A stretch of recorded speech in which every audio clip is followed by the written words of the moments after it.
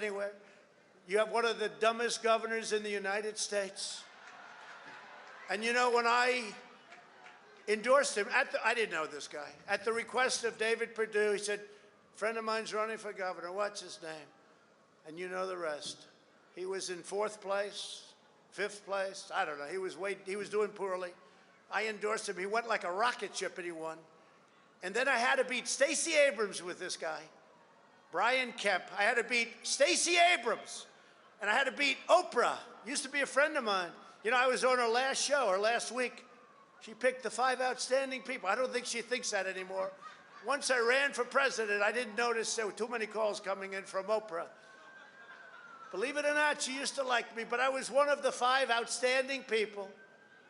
And I had a campaign against Michelle Obama and Barack Hussein Obama against Stacey. And I had Brian Kemp. He weighs 130 pounds. He said he played offensive line in football. I'm trying to figure that out. I'm still trying to figure that out. Said that the other night. I was an offensive lineman. I'm saying, really? That must have been a very small team. But I look at that and I look at what's happened, and he turned out to be a disaster. This stuff happens. You know, look, I'm not happy with the Supreme Court. They love to rule against me. I picked 3 people. I fought like hell for them. One in particular I fought.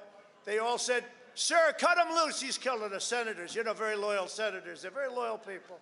Sir, cut him loose. He's killing us, sir. Cut him loose, sir. I must have gotten half of the senators. I said, no, I can't do that. It's unfair to him and it's unfair to the family. He didn't do anything wrong.